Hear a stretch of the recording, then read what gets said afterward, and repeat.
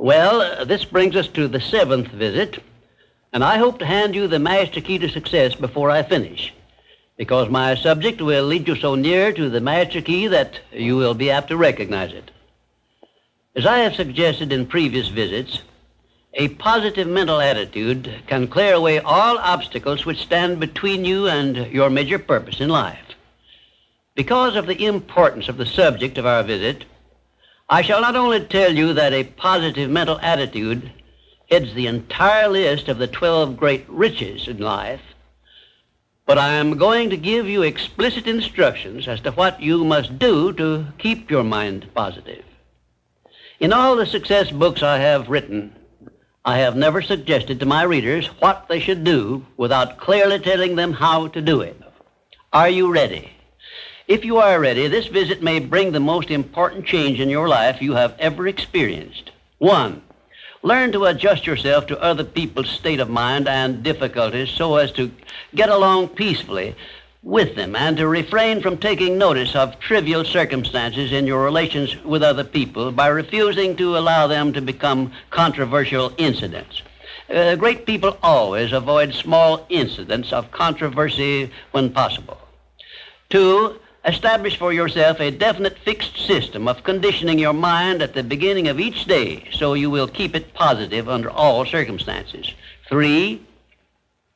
Learn the art of selling yourself to other people by indirection, such as asking leading questions which will bring out the sort of reactions from others which you desire.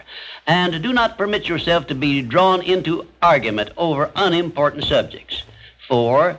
Adopt the habit of having a good hearty laugh every time you become irritated or angry, and it will help you if you begin each day with 1 minute of hearty laughing. This will change the chemistry of your brain and start you out with a positive mental attitude. However, you had better get out of sight when you take your laughing exercise. 5. Start each day with an expression of gratitude for all the adversities, defeats, failures you have experienced in the past, and search for the seed of an equivalent benefit these have yielded you through the passing of time. Then give thanks for the blessings you expect to receive during the day. 6. Learn to concentrate your attention on the can-do portion of all of your problems and desires and start action where you stand in carrying out this portion. No matter what may be your problem or your desire, there is always something you can do right now that will help you. Find out what this something is and do it. 7. Learn to transmute all unpleasant circumstances into immediate action which calls for a positive mental attitude, and make this a fixed habit. For example, when you are angry, switch your mind to some sort of action in connection with your hobby or your major purpose in life, and keep it busy with that subject for 5 minutes. 8. Recognize that every circumstance which influences your life, whether it is a pleasant or unpleasant circumstance, is grist for your mill of life, and so use it to make it pay you dividends in one form or another, remembering meanwhile that your strength grows out of your struggles. Follow this instruction and you will soon learn that there is no such thing as an unprofitable experience. 9. Look upon your life as a continuous process of education, of learning from all your experiences, good and bad, and be always on the alert for gains of wisdom which come to you a little at a time in both your pleasant and unpleasant experiences. 10. Make the world over to fit your own pattern if you choose, but begin with yourself in some sort of self-improvement which will make you more open-minded, patient, and generous in your relations with others. 11. Express gratitude twice daily for your recognition of the fact that you have been given complete control over your own mind, and ask for guidance in order that you may use this profound gift wisely in all your thoughts and acts. 12. Go out of your way daily to comment enthusiastically on the good qualities of those with whom you live and work, but do not mention their negative qualities. Then observe with benefit to yourself how quickly others will begin to concentrate on your good qualities. Remember, I'm still talking about how to keep your mind positive.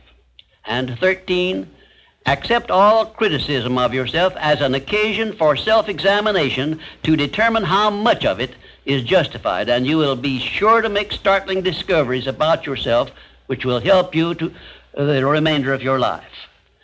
14, do not accept from life or anyone else anything you do not desire. And remember that Mahatma Gandhi proved himself to be more powerful than the great British military forces by this simple method of passive resistance. 15, remember always that there are two kinds of circumstances which cause you to worry. Those you can do something about and those you can do nothing about. Nothing, that is, except to use passive resistance and refuse to permit them to worry you. 16, keep your mind eternally engaged in thinking of that which you desire most, your major purpose in life, so no time will be left for you to waste on thinking of that which you do not want. And let me digress here while I tell you we are now rubbing elbows with the great master key of success this very moment. And 17, if you should ever be so unfortunate as to feel sorry for yourself, look around until you find someone who is worse off than yourself and start where you stand to give him help. Make this procedure a habit, and you will witness one of the great miracles of life, because that which you do to or for another, you do to or for yourself. And 18, choose some person whom you consider to be the sort of person you would like to be. Then go to work and emulate that person in every way possible. Great people have always been hero worshippers, but they pick the right sort of people to emulate. 19, cultivate your tone of voice so that your words have a pleasing musical sound. And remember that the sound of your voice is an open window through which other people look into your very soul. It will be a profitable investment if you will get a tape recording machine and record samples of your voice daily while you practice the art of expressing yourself through a friendly sounding voice.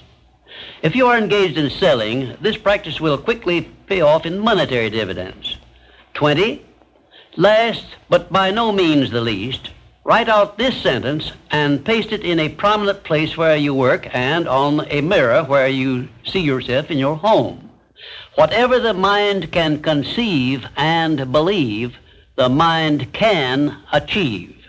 The 20 instructions I have just given you have come from my own personal experiences over more than 40 years, and they represent also my observations of more than 500 successful people who helped me to organize the science of success philosophy.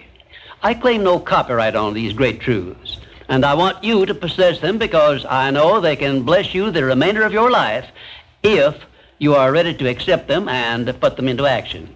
Remember also that you are the only person who can provide you with a positive mental attitude. What are you going to do about it? On your answer to this question rests your entire future.